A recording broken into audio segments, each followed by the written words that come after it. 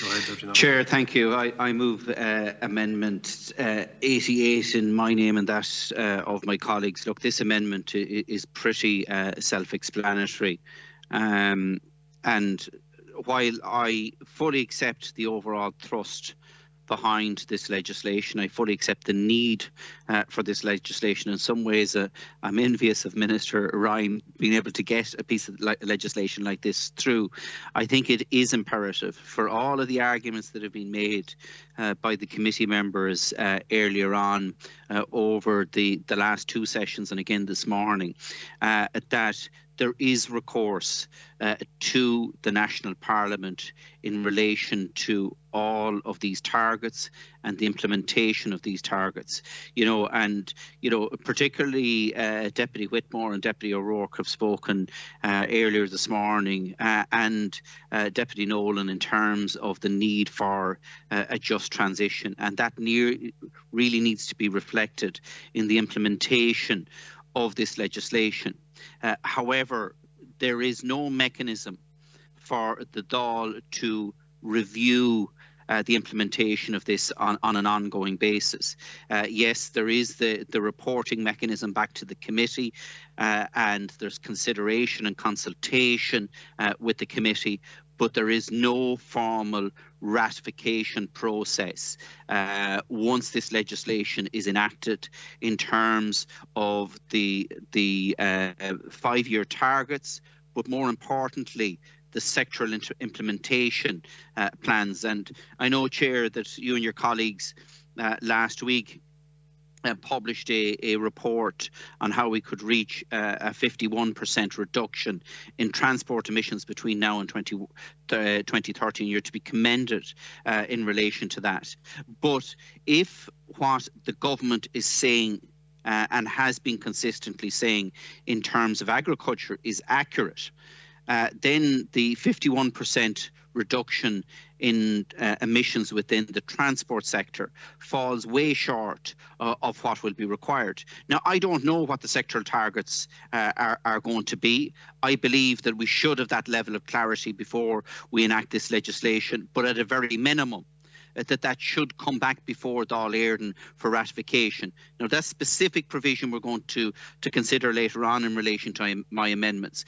But here, what I'm talking about is in terms of the climate plan, that it would actually have to be formally adopted by Dáil Éireann. And this climate plan has to take into account, as is set out in the legislation, it has to take into account both the National Planning Framework and the National Spatial Strategy, both of which must be actually approved by Dáil Éireann.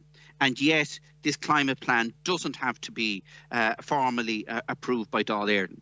And, we can talk about all the big, bold measures we like, but the reality is that we have to bring the public and our citizens with us along that road if we are actually going to turn around the challenge that we have in terms of global warming. And that is the one aspect of this debate that sadly has been lacking for a long, long time.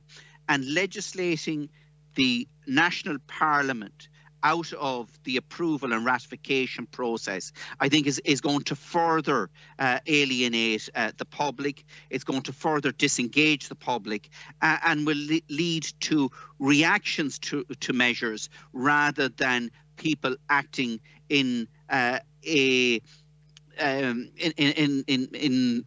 in terms of solidarity, in terms of achieving the overall objectives. So I would ask the Minister and I would ask colleagues to support this particular amendment. Thank you. Thank you, Deputy Minister. It's a complex structure. There's a lot of various parts. We have to set an objective.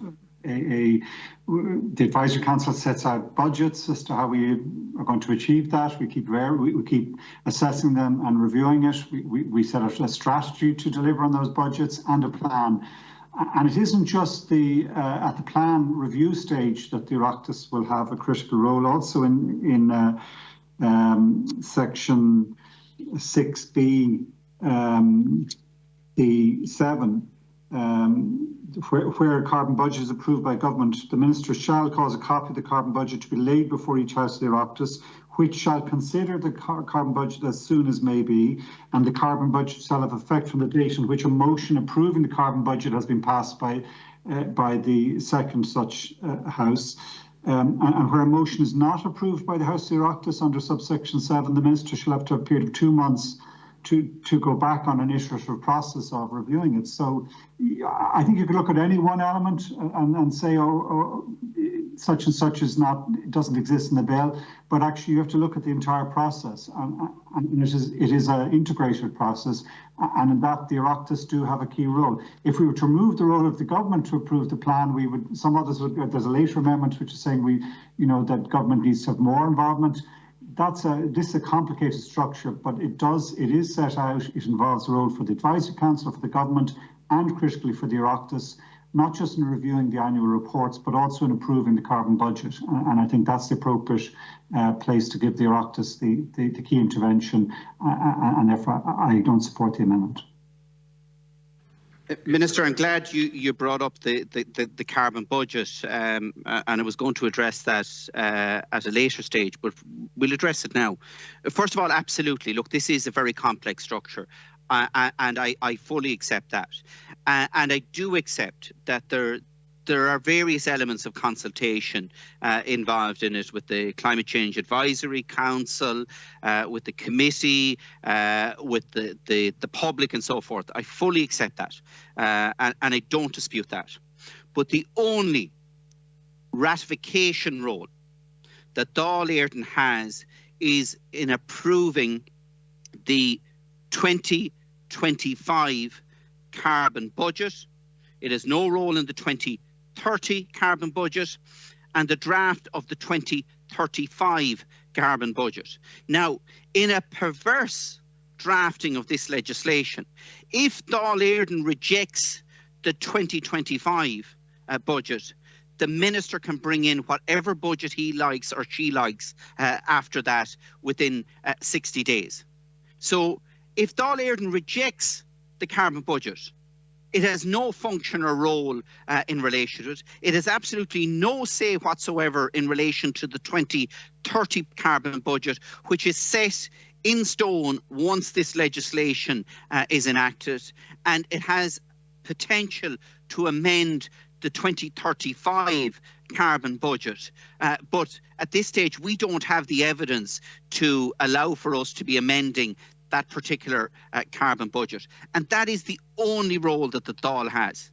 And if we reject it, we actually hand that power back to the Minister of the day, no matter what our objections are. And the Minister, by presenting an alternative budget or the same budget again to Cabinet, it automatically becomes law. In terms of the sectoral plans, the Dáil has no role whatsoever in ratifying them.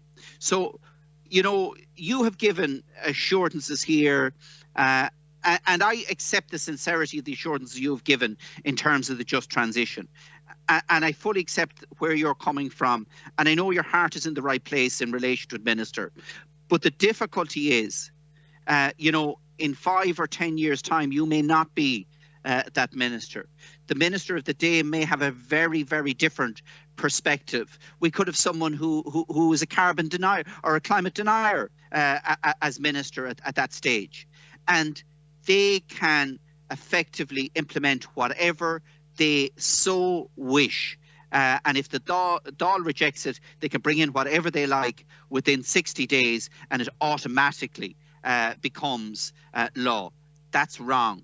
The National Parliament must be involved in the approval of this. Now, last week, there was a lot of colleagues had very heated debate in terms of legislation regarding the health provisions regarding COVID. And people were arguing that the Dáil should have a role in reviewing that. Well, you can't argue that the Dáil should have a role in reviewing those restrictions when we're effectively in this legislation giving a blank check to the Minister of the day to do whatever they want, to divide up this carbon budget which way they want. And I think it is imperative that there is a ratification process which must be either accepted or rejected by Dáil Éireann without any caveats that if we reject it, that we've no further say in it. And I would plead with you, Minister, to accept this particular amendment. Thank you, Deputy. Deputy, I'm mindful that we're right up to 12:30, and we will suspend now very shortly. Do you wish to press the amendment? Well, does the Minister wish to come back, or is he happy enough to leave it as it is? Very briefly, if I can. Very briefly, we have to suspend the budget process within a minute. involves 3 5-year budgets, and they constantly have to be reviewed. So it isn't just the first 5 year, and that is a critical part of the process. And the Oireachtas have a critical, the A or nay say in that. So I'm afraid I can't accept the amendment. Yeah, look, we'll be dealing with this at a later stage, so I'm not going to dwell on it now. I would ask the Minister to reconsider it, and I withdraw with leave to reintroduce a report stage. Okay, thank